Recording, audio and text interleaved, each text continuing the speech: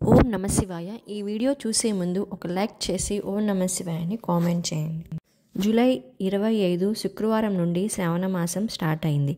ఈ మాసం లక్ష్మీదేవికి అత్యంత ప్రీతికరమైనది. ఈ మాసంలో లక్ష్మీదేవిని భక్తి శ్రద్ధలతో పూజిస్తారు. అయితే శ్రావణ మాసంలో కొన్ని పనులు పొరపాటున కూడా చేయకూడదు. తెలిసి తెలియక ఈ తప్పులు చేస్తే కష్టాలు పాలు అవుతారు. కాబట్టి ఈ శ్రావణ మాసంలో ఎవరు ఈ తప్పులు చేయకుండా జాగ్రత్త పడాలి. శ్రావణ మాసంలో ఏం చేయాలి, ఏం చేయకూడదు అనే విషయాలు ఇప్పుడు మనం వివరంగా తెలుసుకుందాం. హిందూ పురాణాల ప్రకారం కొన్ని మాసాలు చాలా పవిత్రమైనవి, శ్రేష్టమైనవి. అలాంటి మాసాలలో శ్రావణ మాసం ఒకటి. ఇది శుభకార్యాలకు, వివాహాలకు, అనేక వ్రతాలు, పూజలకు అత్యంత అనుకూలమైనది. శ్రావణ మాసం అద్భుతమైన ఫలితాలను ఇస్తుందని మన పురాణాలు, శాస్త్రాలు చెబుతున్నాయి.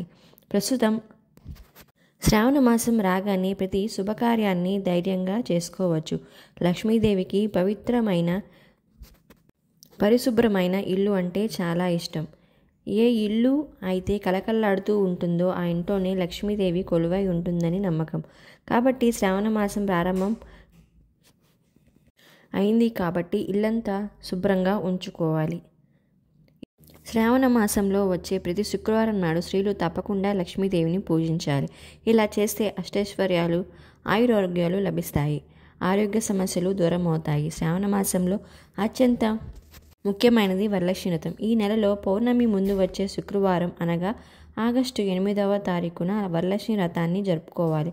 కుల మత భేదం లేకుండా ప్రతి ఒక్కరూ ఈ వ్రతాన్ని ఆచరించవచ్చు. వరలక్ష్మి వ్రతం రోజున అమ్మవారిని శ్రద్ధగా పూజిస్తే దరిద్ర బాధలు ఉండవు. సంవత్సరం అంతా ఇల్లు సిరి సంపదలతో కలకల్లాడుతూ ఉంటుంది. ఆగస్టు 8న వరలక్ష్మి వ్రతం చేసుకోలేని వారు జనన, మరణ, సూతకం, నెలసరి వంటి కారణాలతో శ్రావణ మాసంలో ఏదో ఒక శుక్రవారం రోజు లక్ష్మీదేవిని పూజించి 3, 5 లేదా 8 మంది ముత్తైదువులను పిలిచి వాయినం ఇవ్వండి. అప్పుడు కూడా అమ్మవారి సంపూర్ణ అనుగ్రహం కలుగుతుంది. అలాగే మంగళవారాల్లో మంగళగౌరి దేవిని పూజించే సంప్రదాయం కూడా ఉంది. కొంతమంది శ్రావణ మంగళవారాల్లో మంగళగౌరి, శుక్రవారాల్లో వరమహాలక్ష్మిని పూజిస్తారు. ఎలా పూజించినా అమ్మవారి అనుగ్రహం పొందటమే ముఖ్యం. ఇంకా శ్రావణ మాసంలో సప్త శనివారాల వ్రతం చేసే వెంకటేశ్వర స్వామి చాలా ప్రసన్నుడు అవుతారు. లక్ష్మీదేవికి, వెంకటేశ్వర స్వామికి శ్రావణ మాసం అంటే చాలా ఇష్టం. కనుక సప్త శనివారాల వ్రతం చేసుకుందామనుకునే వాళ్ళు శ్రావణ మాసంలో చేసుకుంటే చాలా మంచిది. లేదంటే శ్రావణ శనివారం రోజు వెంకటేశ్వర స్వామిని మామూలుగా ఆరాధించండి. శ్రావణ మాసం మొదలుకొని పూర్తయ్యే వరకు పూజ గదిలో ఆవు నెయ్యి దీపాలు వెలిగించండి. వెండి, ఇత్తడి కుందుళ్ళు లేకపోయినా మట్టి ప్రమిదలను ఉపయోగించవచ్చు. ఆవు నెయ్యి పోసి 3 వత్తులు వేసి దీపారాధన చేయండి. ఇలా చేస్తే ఐశ్వర్యవంతులు అవుతారు. ఆర్థిక సమస్యలు దూరం అవుతాయి. దీపారాధన చేసి గంధం, కుంకుమ, అక్షింతలు సమర్పించుకుంటే శని దోషాలు, శని బాధలు తొలగిపోతాయి. శ్రావణ మాసంలో వచ్చే 5 శుక్రవారాల్లో లక్ష్మీదేవికి తామర పువ్వులు లేదా కలువ పువ్వులు సమర్పించండి. కనకదార స్తోత్రం చదివి కుంకుమార్చన చేస్తే కంఠ రాజయోగం సిద్ధిస్తుంది. లక్ష్మీదేవి వారి ఇండ్లలో కొలువై ఉంటుంది. శాస్త్రాల ప్రకారం శ్రావణ మాసంలో కొన్ని పనులు పొరపాటున కూడా చేయకూడదు. లక్ష్మీనారాయణలను విడదీయకూడదు. చాలామంది లక్ష్మీదేవి ఫోటోలను మాత్రమే పూజిస్తారు, కానీ అలా చేయకూడదు. లక్ష్మీదేవి, నారాయణులు ఒక్కొక్కరు ప్రాణం. అందుకే వారిని ఎప్పుడూ విడతీసి పూజించకూడదు. లక్ష్మీదేవి మాత్రమే కావాలి, నారాయణుడు వద్దు అనుకుంటే లక్ష్మీదేవి మీ ఇంట్లో ఉండదు. శ్రీమన్నారాయణుడు ఒక్కడే చాలు, లక్ష్మీదేవి వద్దు అంటే నారాయణుడు కూడా వెళ్ళిపోతాడు. కాబట్టి శ్రద్ధాభక్తులతో నారాయణుడు లేదా లక్ష్మీ, వెంకటేశ్వర స్వాములు కలిసి ఉన్న ఫోటోలను పూజించండి. వారిద్దరి ఫోటోలు లేదా విగ్రహాలు లేకపోతే శ్రావణ మాసం వచ్చేలోపు తప్పకుండా తెచ్చుకోండి. ఈ శ్రావణ మాసంలో ఎట్టి పరిస్థితుల్లోనూ మాంసాహారం తినకూడదు. వీలైనంత వరకు సాత్విక ఆహారమే తినాలి. ఇంట్లో వారు, భర్త, పిల్లలు మాంసాహారం లేకుండా ఉండలేకపోతే మీరు వారికి వండి పెట్టండి, కానీ మీరు మాత్రం మాంసాహారం తిని పూజించకండి. స్త్రీలు సాధ్యమైనంత వరకు ఈ నెలలో మాంసాహారాన్ని మానేయడం చాలా మంచిది.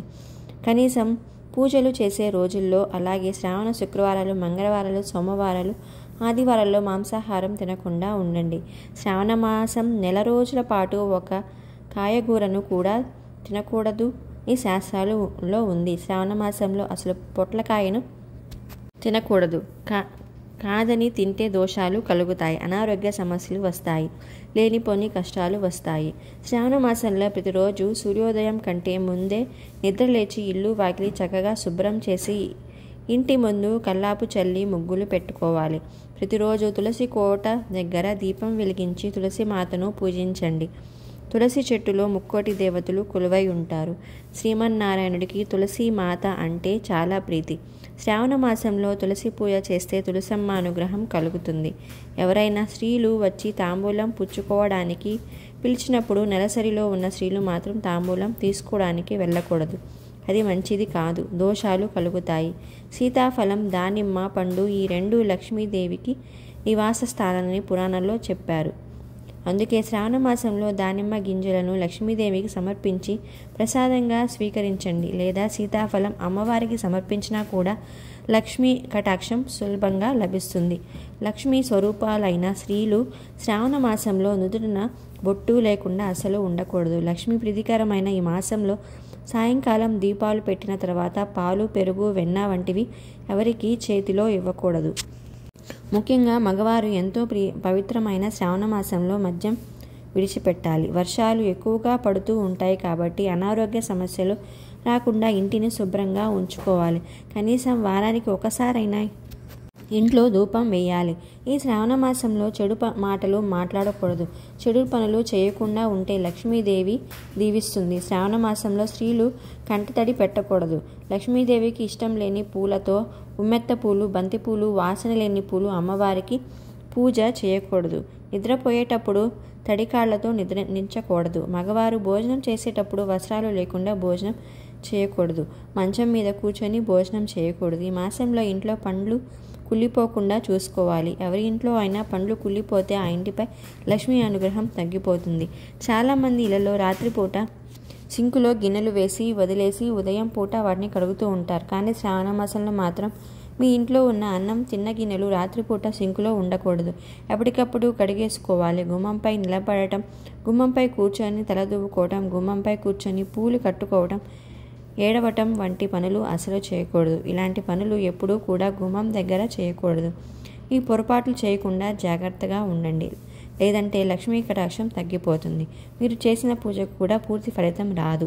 శ్రావణ మాసం నెల రోజులు ఉదయం సాయంత్రం ప్రతి ఇల్లు అందమైన రంగువలలతో, మామిడి తోరణాలతో, భగవన్ నామస్మరణతో, అమ్మవారి పూజలతో కలకల్లాడుతూ ఉండాలి. మనకున్న 12 మాసాలలో 5వది అయిన శ్రావణ మాసం ఎంతో పవిత్రత కలిగిన మాసం. పౌర్ణమి నాడు చంద్రుడు శ్రావణ నక్షత్రంలో సంచరించడం వలన ఈ మాసానికి శ్రావణ మాసం అనే పేరు వచ్చింది. లక్ష్మీదేవికి ఈ మాసం అంటే మహా ప్రీతికరం. మహావిష్ణువు జన్మ నక్షత్రం శ్రావణ నక్షత్రం కావడం వలన ఆ పేరుతో ఏర్పడిన శ్రావణ మాసం మహావిష్ణువు పూజకు కూడా ఎంతో ఇష్టమైనది. ఈ మాసంలో అనేక పూజలు చేస్తారు. ఎన్నో శుభకార్యాలు, పెళ్ళిళ్ళు, వ్యాపారాలు, మంచి పనులు అన్నీ కూడా ఈ నెలలోనే చేయడం వలన శుభ ఫలితాలు ఇస్తాయని అందరూ నమ్ముతూ ఉంటారు. ఈ నెలలో అనేక వ్రతాలను చేస్తారు. ఈ మాసంలో ఆచరించే ప్రతి పూజకు తగిన ఫలితం ఉంటుందని పండితులు అంటున్నారు. శ్రావణ మాసం ప్రారంభంలోపు ఇంటికి తెచ్చుకోవలసిన వస్తువులు. శ్రావణ మాసం ప్రారంభంలోపు ఈ 8 వస్తువులు ఒక్క వస్తువుని ఇంటికి తెచ్చుకున్న 7 తరాలకు సరిపడా ఐశ్వర్యం వస్తుంది. శ్రావణ మాసంలోపు తెచ్చుకోని వాళ్ళు శ్రావణ మాసంలో అయినా ఈ వస్తువులు తెచ్చుకోవచ్చు. లక్ష్మీదేవి మీ ఇంట స్థిరనివాసం ఉంటుంది. ఈ వస్తువులను తెచ్చుకొని పూజ గదిలో పెట్టుకోవడం వలన శ్రావణ మాసంలో మీరు చేసే పూజలకు అధిక ఫలితం ఉంటుంది. లక్ష్మీదేవి అనుగ్రహం మీ కష్టాలన్నీ కూడా తీరిపోతాయి. వద్దన్న ధనం వచ్చి పడుతుందని పండితులు చెబుతున్నారు. శ్రావణ మాసం లోపు లేదా శ్రావణ మాసం స్టార్ట్ అయిన తర్వాత 3 నెమలికలు ఇంటికి తెచ్చుకొని పూజ గదిలో పెట్టుకుంటే మీ ఇంట్లో ఉన్న అశాంతి, నరఘోష అన్నీ కూడా పోతాయి. లక్ష్మీదేవి మీ ఇంటికి వస్తుంది. శ్రీకృష్ణ పరమాత్మకు, వెంకటేశ్వర స్వామికి, సుబ్రహ్మణ్య స్వామికి, లక్ష్మీదేవికి నెమలికలు అంటే చాలా ఇష్టం. నెమలికలు లక్ష్మీదేవిని త్వరగా ప్రసన్నం చేసుకుంటాయి. శ్రావణ మాసంలో చేసే పూజలకు తొందరగా ఫలితం వస్తుంది. శ్రావణ మాసం మొదలైన తర్వాత ఒక ఆవు దూడ ఉన్న చిన్న విగ్రహాన్ని ఇంటికి తెచ్చుకొని పూజ గదిలో పెట్టుకుంటే చాలా మంచిది. గోమాతలో సకల దేవతలు కొలువై ఉంటారు. గోమాత విగ్రహానికి పాలతో అభిషేకం చేసినట్లయితే లక్ష్మీ అమ్మవారి అనుగ్రహం సంపూర్ణంగా సిద్ధిస్తుంది. శ్రావణ మాసంలోపు లేదా శ్రావణ మాసం వచ్చిన తర్వాత దక్షిణామృత శంఖాన్ని తీసుకొని పూజ గదిలో పెట్టుకుంటే ఐశ్వర్యం వస్తుంది. శంఖాలు సముద్రంలో దొరుకుతాయి. సముద్రం అంటే లక్ష్మీదేవికి పుట్టినిల్లు. శ్రీమన్నారాయణుడు లక్ష్మీదేవికి సోదరులు అవుతారు కనుక ఈ శంఖం అష్టైశ్వర్యాలు కలగజేస్తుంది. వెనక్కి తిప్పినప్పుడు పసుపు కుంకుమతో ఉండే గవలను లక్ష్మీ గవలను అంటారు. ఈ లక్ష్మీ గవలను కనీసం 9 అయినా సరే శ్రావణ మాసం వచ్చేలోపు లేదా శ్రావణ మాసం వచ్చిన తర్వాత తెచ్చుకొని పెట్టుకోవాలి. ఎలాంటి కలహాలు రాకుండా ఉంటాయి. ఈ ఇన్ఫర్మేషన్ కనుక మీకు నచ్చినట్లయితే మీ ఫ్రెండ్స్కి షేర్ చేయండి. అలాగే మా ఛానల్ని సబ్స్క్రైబ్ చేసుకొని పక్కనే ఉన్న బెల్ ఐకాన్ని క్లిక్ చేయండి. Thank you for watching.